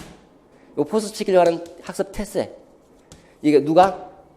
인간이 이제 배우려는 이 학습자가 이 태세, 이 세 가지를 갖춰줘야지 딱 붙는다. 학습 태세가 안 갖춰지면 이게 아무리 논리적으로 체계적으로 조직한 지식을 아이들에게 제공해도 여기다 안 갖다 붙이고 여기다 갖다 붙이는 거예요. 여기다 갖다 붙이면 중간에 뚝 떨어져 버립니다. 왜냐하면 딱 안 맞으니까. 학습 태세가 없으면 기계학습, 암기학습이 되는 거예요.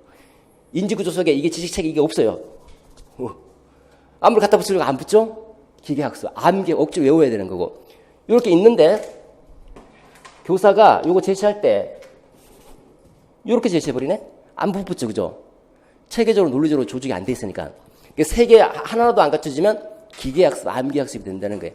그러니까 이 세 가지 UM 학습의 조건이 뭡니까? 요거 갖추고 두 번째 요거 갖추고 세 번째 요거 갖추면 된다. 요거 안 갖춰져 있다 그러면 어떻게 해야 됩니까? 선행조직자 원리에 따라서 요거 선행조직자 포섭할 수 있도록 선행조직자 만들어주고 이미 알고 있는 지식을 배울 때 설명 선행조직자, 비교 선행조직자 모르고 있는 내용 할 때 이 개괄적인 내용 먼저 포섭할 수 있도록 설명해주고 갖다 붙이도록 하는 거예요. 그 설명 세 가지 해주면 됩니다. 인지 구조와 학습 과제와 학습 태세 세 가지 설명 구체적인 내용은 이제 설명 안 드리겠습니다. 4페이지에 그래서 유임 학습 조건 다음과 같다. 첫째 이렇다, 둘째 저렇다, 셋째 이렇다. 이렇게 마지막 줄 보십시오. 그러므로 인간주의적 교사는 특정 내용을 가르치기 앞서서 가장 중요한 게 뭡니까? 학생의 지식 체계를 먼저 알아야 돼. 지식에. 이게 이 사람의 핵심적인 아이디어예요. 핵심적인. 50의 이 얘기를 꺼내기 위해서 가장 먼저 생각하는 핵심적인 아이디어가 이겁니다. 이거. 아니 애들이 지금 어떤 지식 체계를 갖고 있는지도 모르면서 막 설명하면서 그 설명 내용도 이렇더라. 이게 제일 중요한 겁니다. 이거 먼저 알고 이거 알아야 된다는 거죠. 이거 알고 그 다음에 거기 알맞게 정보를 조직해서 제시할 수 있는 잘해야 된다. 뒤에 있는 인간주의 교사는 다르게 설명했어도 상관없습니다. 됐죠? 그다음 결론입니다. 결론 첫 번째 문장 주제문 딱 써주시고 그다음에 간단하게 연결했을 때 논점이 4가지잖아요. 4가지 정리할 때 다 정리할 필요 없습니다. 그냥 한두 개씩만 나와주면 되는데 이거를 정리할 때 한 문장으로 다 연결 지을 수는 없을 거예요 아마. 2문장이나 한 3문장 정도 될 겁니다. 이 논점 4개가. 그리고 서로 연결될 수 있는 것은 연결돼서 한 문장으로 처리해주고 연결되기 어려운 거는 또 다른 거 연결해서 이렇게 처리해주는 거예요. 4개 논점이니까 최소한 2문장에서 3문장 정도가 나올 거예요. 정리하면. 이렇게 정리해서 요약과 정리입니다. 그럼 끝. 됐죠? 자, 이렇게 해서 설명 마치도록 하겠습니다. 여러분 참 오늘 나눠준다고 그러는데 그 모의고사 반이 이제 월화반 9, 10월 월화반하고 일요일 반이 있는데요. 그 내용은 동일한데 이 월화반 같은 경우는 이제 첨삭을 12번 합니다. 그리고 개인적으로 이제 과외 형태로 만나서 암기하고 있는지 테스트하고 암기를 통과해야지 이 집으로 가게 되는 그런 구조입니다. 지금도 역시 하고 있는데 배우는 분들도 피곤하고 저도 엄청 피곤하죠. 예, 근데 예, 도움은 많이 될 거죠. 예, 왜냐하면 어느 정도 강제성이 있으니까. 예, 물론 이제 중간에 빠지시는 분들도 계시는데 예, 뭐 자율적으로 하실 수 있고요. 그다음에 정리를 이제 기본 정리를 잘 하셔야 되죠. 기본 정리를 빠르게 이제 2번 정도 한번 돌릴 생각인데, 그리고 이제 그 처치간에는 이제 아무래도 논술 쓰는 방법에 대해서 아마 예, 그 표현법하고 예, 그거를 먼저 설명하고 그리고 이제 내용 정리하고 이렇게 할 겁니다. 자, 수고하셨습니다. 여기서 마치겠습니다.